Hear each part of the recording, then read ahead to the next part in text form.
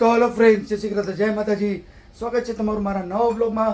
તો ચાલો, વાગી ગયા છે જોઈ લો સાંજના 6 અને અહીંયા આપણે આવી ગયા કિચનની અંદર. અને કિચનની અંદર મેડમ કંઈક સ્વાદિષ્ટ ટેસ્ટી બનાવવાની તૈયારીમાં લાગી ગયા છે. તો મેડમ, શું તમે બનાવવાનો છો હમણાં? આજે અત્યારે હું બનાવું છું ભજીયા. તો કેમ કે દિવ્યાભાઈને ખાવાના હતા ગોટાના ભજીયા, તો એના માટે પાલક, મેથી ને બધું હતું. તો આમાં મેં પાલક, કાંડા એ બધું નાખી ને ભજીયાની તૈયારી કરું છું. એટલે ઘણી બધી સામગ્રી નાખીને આપણે અહીંયા બનાવવાના છે મેથીના ગોટા. ગોટા કહી દો, ભજીયા કહી દો, ફુલેવરી કહી દો.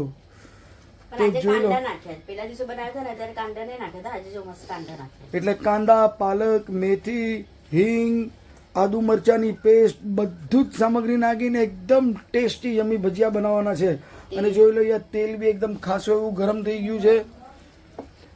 અને સાંજના ડિનરનો પ્રોગ્રામની બી જોઈ લઈએ, તૈયારી સ્ટાર્ટ થઈ ગઈ છે. ધીરે ધીરે અલાદીનના ચિરાગમાં કંઈક મૂક્યું છે, એવું તમને પછી બતાવી દઈશ. હા, ભજીયા બનાવીને પહેલા તો મારે ઓલો મસાલો બનાવવાનો છે, એ બી બનાવવાનો. બરાબર, સિક્રેટ મસાલો બનાવવાનો છે. કેમ કે સિક્રેટ મસાલો મિત્રો ખતમ થઈ ગયો છે, એટલે અઠવાડિયુંનું બનાવીને અમે ડીપ ફ્રીઝરમાં સ્ટોર કરી દઈએ છીએ.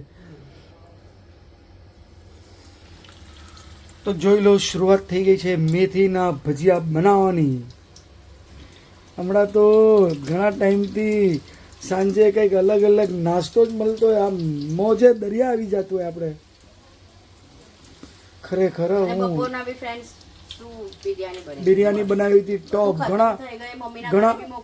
ઘણા બધાના વ્યૂ આવ્યા, ઘણા બધાના મેસેજ આવ્યા કે બહુ ટોપ બિરયાની, સરસ બિરયાની બનાવી વર્ષાબેનને. ખરેખર અમારી મેડમ તો સાક્ષાત અન્નપૂર્ણાનો આશીર્વાદ છે એમના ઉપર. ઘરે આવી ફ્રેન્ડ્સ, પણ દિવ્યા મને કહી નાખ્યું, મમ્મી બિરયાની, કેમ કે બિરયાની જલ્દી ખાઈ લીધી હતી. કેમ કે મારે નીકળવાનું હતું 12 વાગ્યામાં, તો અમે 12 વાગ્યાની પહેલા જ અમે જમી લીધું હતું. એટલે દિવ્યાને ભૂખ લાગી ગઈ પાછી. તો મેં કીધું કે ચાલો ભજીયા બનાવી આપું. તો પાલક ને બધી છે ને પછી ખરાબ થઈ જાય. ઘણા દિવસથી પાલક હતી, જયારે પાલક પનીર બનાવ્યું હતું ને ત્યારથી પાલક આપણે રાખી હતી. એ તો ફ્રીજમાં તો એઝ ઇટ ઇઝ રહે. જો છે ને ગરમ પાણીમાં હમણાં જ ભીગોવ્યા છે. ગરમ પાણીમાં થોડો ખારો નાખી ને વટાણા મૂકી દીધા છે પલળવા માટે. ભીગોવ્યા છે, હજી પકાવ્યા નથી. એટલે આપણે ઝટપટ બનાવવા હોય તો ગરમ પાણીમાં પલાળીને ખારો નાખી દેવાનો, તો એ ફટાફટ સોફ્ટ થઈ જાય, પલળી જાય. તો એ આપણે બનાવશું 8 વાગે અને 8 વાગે બનાવશું ઉસલ. પણ હવે 2 કલાક હજી છે ને 8 વાગવાને. એટલે આ જમશું તો હવે 9, 9:30 લેટ જ જમશું. એટલા માટે મેં કીધું ચલો દિવ્યાને ભજીયા બનાવીને આપું. બરાબર. કેમ કે એ જમે નહીં જમે દિવ્યાનું કઈ ડિસાઈડ નહીં હોય. અમારા દિવ્યાભાઈ મૂડીલા માણસ છે, સમજ્યા, જમવાનું નહીં જમવાનું એવું બધું છે. તો આના આ ભજીયા બને પછી આપણે મસાલો વાટવાનો છે એ બનાવો. તમે જલ્દી બનાવો. અહીંયા મારા નાકમાં સુગંધ ઘૂસી ગઈ છે મેથીના ભજીયાની, મેથીની સુગંધ. આહાહાહાહા. અરે મિત્રો, હું ખરેખર ભાગ્યશાળી, એટલે કેવા એવા મેં દેવ પૂજા હશે ત્યારે આ પાત્ર મને મળ્યું છે, જે સરસ કે ને કે આમ વાનગી બનાવીને ખવડાવે છે. અને આમ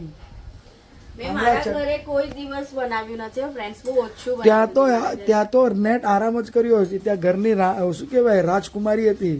મમ્મીના ઘરે કઈ કામ કર્યું નથી, પણ જેમ લગન થયા ને પછી બધું કામ મેં મારા ઉપર બધું લઈ લીધું. તો એને શું કહેવાય, સંસ્કાર કહેવાય. આટલું કામ કરતી હતી પણ બધું મેં કપડા વાસણ તો મમ્મીના ઘરે આજ સુધી કર્યા જ નહીં. અહીંયા તમે કયા કપડા વાસણ કરો છો? કપડા વાસણ તો કરો, કપડા તો મશીન છે. મશીન છે. જમવાનું પણ બહુ ખાલી 3 દિવસ જ, મહિનામાં 3 દિવસ હોય ને એ જ મને બનાવવાનું હોય. એવી રીતના અમારા ઘરમાં બસ થતું હતું. બાકી બીજું કામ તો બધું મમ્મી જ કરતી હતી. એમ રાજ કરીએ મમ્મીના ઘરમાં બહુ. હજી બી મમ્મીના ઘરે જાવ ને તો આરામ જ હોય મને. એટલે તમે હું એક દિવસ મમ્મીના ઘરનો વિડીયો બનાવીશ કે મેડમ કેવી આમ સોફા ઉપર આમ અને લોટેલા હોય. હમણાં તો બહુ ઓછો ચાન્સ મળે મમ્મીના ઘરે બી જવાનો. બાજુમાં છે, બાજુની જ બિલ્ડિંગમાં છે, તો પણ બહુ ઓછો ચાન્સ છે.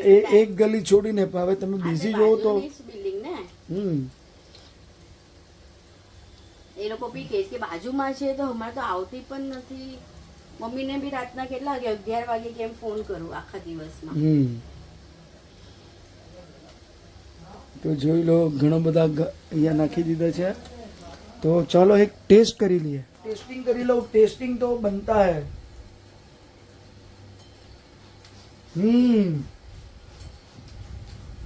આ મેથીના ભજીયા ખાઈને મને દેશની યાદ આવી કે દેશમાં છે ને લગ્નમાં છે ને તો માંડવાના દિવસે આવી રીતના ભજીયા ને ચટણી ને બધું ખવડાવે સવારના, ઓલા આપણે જે માંડવે બેસવા જાય ત્યાં એઝ ઇટ ઇઝ એવા ને એવા જ છે.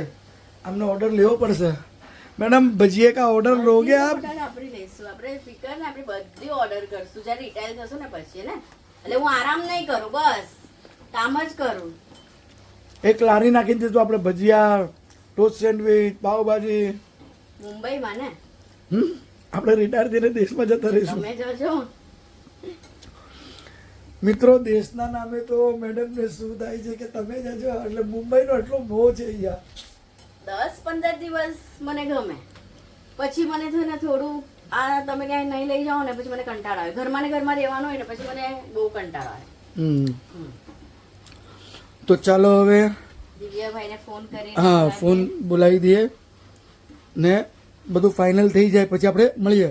ને કાંદા નાખ્યા તો મસ્ત ક્રિસ્પી અને ક્રન્ચી લાગે છે. જે કાંદાનો અંદર ક્રંચ આવે ને કચર કચર એ ફીલ થાય છે. તો ફ્રેન્ડ્સ જોઈ લઈએ, આ ભજીયા આવી ગયા છે. મેં ફ્રીજમાંથી ચટણી ગ્રીન કાઢી નાખેલી છે અને મીઠી ચટણી. અને આ રહી મેડમ, હજી ભજીયા પકાવે છે. હજી થઈ ગયા ભજીયા કે લાસ્ટ છે એટલા પછી થઈ ગયા. તો ફ્રેન્ડ્સ ફટાફટ ખાઈ લઈએ અને પછી પાછા લાગી જઈએ, કેમ કે ડિનરની પણ તૈયારી કરવાની છે. બરાબર ને મેડમ? ડિનરની તૈયારી 8 વાગે કરશું, 8-8:30.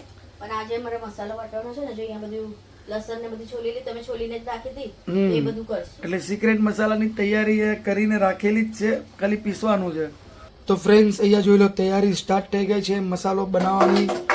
તો લાલ મરચું, ધાણાની ભૂકી, 1 વાટકો લસણ, આમાં છે લવંગ, કારા મિરી અને જીરું, આદુ, કોથમીરી, ફુદીનો અને આ મિક્સરનું જાર, એમાં હજુ અને આ મેડમ હળદર ને બધું નાખશું. તો આ બધી વસ્તુ આપણે એડ કરી લઈએ.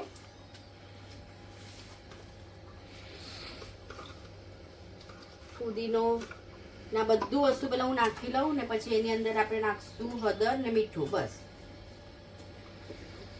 એટલે આપણા 1 અઠવાડિયાનો મસાલો બનીને રેડી. આ માપ આટલું બરાબર હોય ને ફ્રેન્ડ્સ, તો મને શું ખબર પડી જાય કે 1 વાટકો ને બધી લે કાં તો 1 ડબ્બો ને બધી લે ને તો બરાબર માપનું જ છે મારે.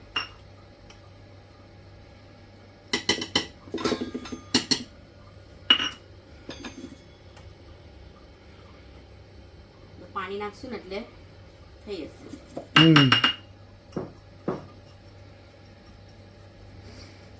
આખો જાર જોઈ લો, અહીંયા ભરાઈ ગયો છે. હવે એમાં નખાશે પાણી. થોડી હળદર નાખશું.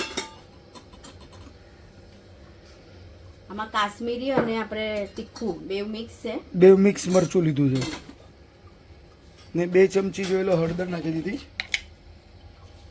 અને મીઠું, કેમ કે આપણે મીઠું નાખીએ ને તો ડીપ ફ્રીજમાં રહી મસાલાની વાસ સ્ટોર રહે. હા, કરીએ ને તો સારું પડે, પ્રિઝર્વેટિવ તરીકે. તો હવે પાણી નાખીને પહેલા પીસી લો. અને આપણો મસાલો જોઈ લો, એ એકદમ રેડી થઈ ગયો છે અને કન્ટેનરમાં કાઢી નાખ્યો મેડમે. તો પરફેક્ટ આ માપનું જ બને છે હંમેશ, એવરી ટાઈમ. એટલે એટલો આમ મેડમને અનુભવ છે ને કે પરફેક્ટલી એ કન્ટેનરના માપનો જ મસાલો બનાવે છે. બધા વાટકાના માપો, લસણ, મરચું, ધાણું, કોથમીરી, ફુદીનો, આદુ, એકદમ બધું પરફેક્ટ માત્રામાં એકદમ. તો હવે આમાં આપણે મીઠું ને બધું નાખેલું જ છે. તો આને હવે બંધ કરી ડીપ ફ્રીજમાં મૂકી દે એટલે આપણે આરામથી ચાલે. જ્યારે બનાવવાનું હોય ત્યારે પહેલે અડધો કલાક પહેલા કાઢી લેવાનું. તમે બી ટ્રાય કરો, આ મસાલો બહુ ફાઇન છે. આપણા જૂના સબસ્ક્રાઇબર હશે ને પહેલાના, એ લોકોને ખબર છે. નવા નવા જે આવ્યા ને ફ્રેન્ડ્સ, મને નહીં ખબર. ત્યારે ક્યારેક 1-2 જણા કહે કે ક્યારેક સિક્રેટ મસાલો બનાવો તો મને રેસીપી આપજો, તો આજે આપી દીધી. આ છે સિક્રેટ મસાલાની રેસીપી અમારા. ચાલો હવે હું થોડું આરામ કરું, કેમ કે હવે થાકીને આવ્યું ને પછી આ બધું કરવાનું હોય ને થાકી જાય. જો હવે 7 ને હું પણ હવે 7 વાગી ગયા એટલે જાઉં છું કડક પાવ લેવા માટે.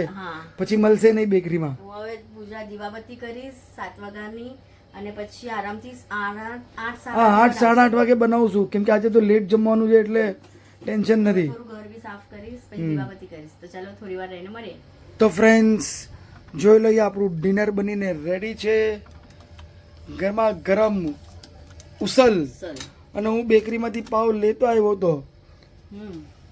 તો ચાલો ફ્રેન્ડ્સ, આજનો વિડીયો આપણો આટલો જ રાખીએ. મળીએ કાલે એક નવા વિડીયોમાં. ત્યાં સુધી વિડીયોને લાઈક શેર સબસ્ક્રાઈબ જરૂર કરજો. જય શ્રી કૃષ્ણ, જય માતાજી.